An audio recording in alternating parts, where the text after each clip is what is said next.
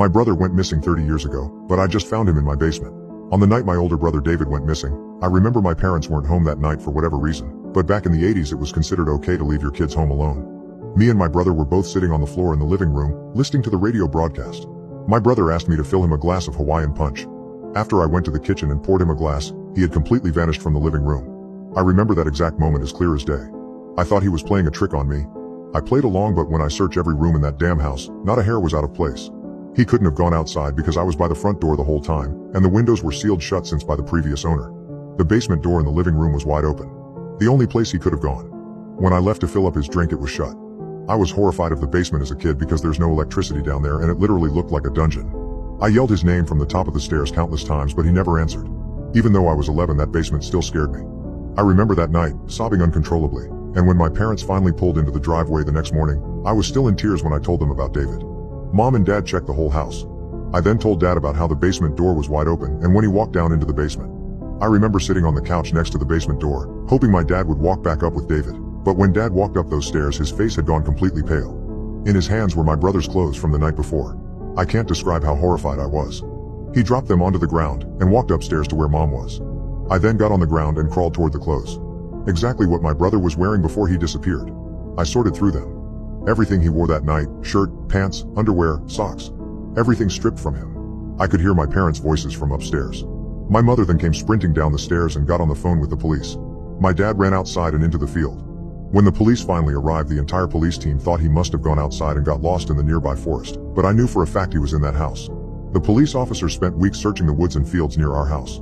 The police checked the basement but said there was nothing. They closed the case about a half a year later. The entire town assumed it was a kidnapping. I knew it was something to do with that basement, but I could never get myself to go down there. After his disappearance, life continued for our family. We turned David's bedroom into a guest bedroom. I hated how my parents did that. It felt like they were trying to move on. I was unable to. Losing David was a huge damper over my entire family. Something that would hang over our heads our entire lives. Mom's way of coping with the grief was just erasing all memory of him. I hated her guts for that. Every time I looked at that basement door growing up, I could feel something behind it. I remember one day when I was 16, I was putting DVDs away in the living room. I was sitting a few feet away from that door and I smelt something familiar. The smell was seeping through the cracks of the door. It was what my brother smelt like. I got up and nearly ripped that door off the hinges. I ran downstairs into the darkness. The entire room smelt like David's old bedroom. It was pitch black, but I knew he was in there. I started screaming his name. I screamed his name for hours until Dad finally came down. Dad couldn't smell it. He thought I was insane.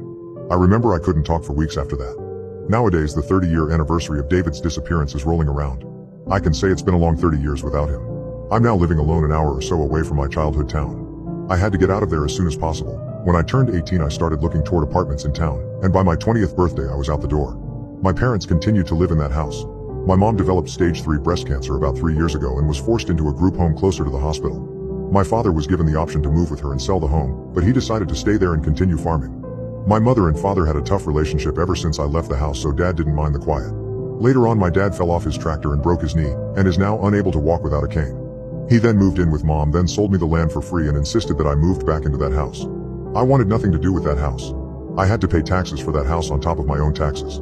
I then allowed tenants move in. They were a young couple, late 20s. Of course, my stubborn old man was angry with me for letting a desperate couple live in the vacant house. They've been living in that house for almost a year now, and they called me up last week complaining about a decaying smell coming from the basement. By that time, I had learned to adapt from David's death. I told them I'd check it out the next morning. That was the biggest mistake of my life.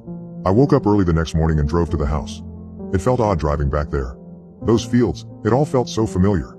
I tried not to think about how scared I was of that basement growing up. Fortunately, my dad finally added electricity down in the basement. I pulled into the driveway. They were both waiting outside for me. They said it smelt like something was rotting down there. I had everything I'd be needing: asbestos masks, medical gloves, eye protection. I worked as an air duct cleaner a few years ago, so I have some background knowledge. I walked into the house and headed for the basement door. I never seen what it actually looked like down there until now. I opened the door and could immediately smell it. Something was rotting in there. I turned on the light switch. Ahead of me was an empty room. It was small. Looked to be about 15 by 10 feet big. This basement had been haunting me for all these years. Seeing it with the lights on felt off. The walls were stone, except for one. One of the walls stood out. It was wood instead of stone. The smell was clearly coming from the wood. The wood was rotting. I walked over and I thought the best idea would be just to tear the whole wall down. I started tearing pieces of rotten wood off the walls. Light started to seep into the other side. There was a secret room in the basement. I stopped and in front of me I saw what looked like human flesh. I couldn't describe how horrified I was. I would rather go to hell than relive that terrible moment. I started smashing that wall with all the force in my body until it finally gave in. The creature in front of me, just the sight of it made me want to claw my eyes out. It was in a fetal position. The skin wasn't pale, it was white, and it looked like the flesh had been melted to the bones. The fingernails and toenails stretched halfway across the room. The worst part was that it wasn't dead, it was breathing. It was alive. "David," I said in a terrified voice. It slowly lifted its head and looked at me. The face looked completely mutated, but those eyes were my brother's eyes. It tried to speak. It tried with everything in it. That thing was my brother David. I had so many questions. How was he alive? What did he eat? How could he breathe? What the heck happened? I kept the questions to myself. That was my brother in that basement. This whole time he's been in that effing basement. I didn't say another word to him. I ran upstairs and out to my car. I opened up my glove box and grabbed my gun. By the time I got downstairs, David had stood up, dragging his long nails behind him. "Julian," he growled. I then shot him in the head.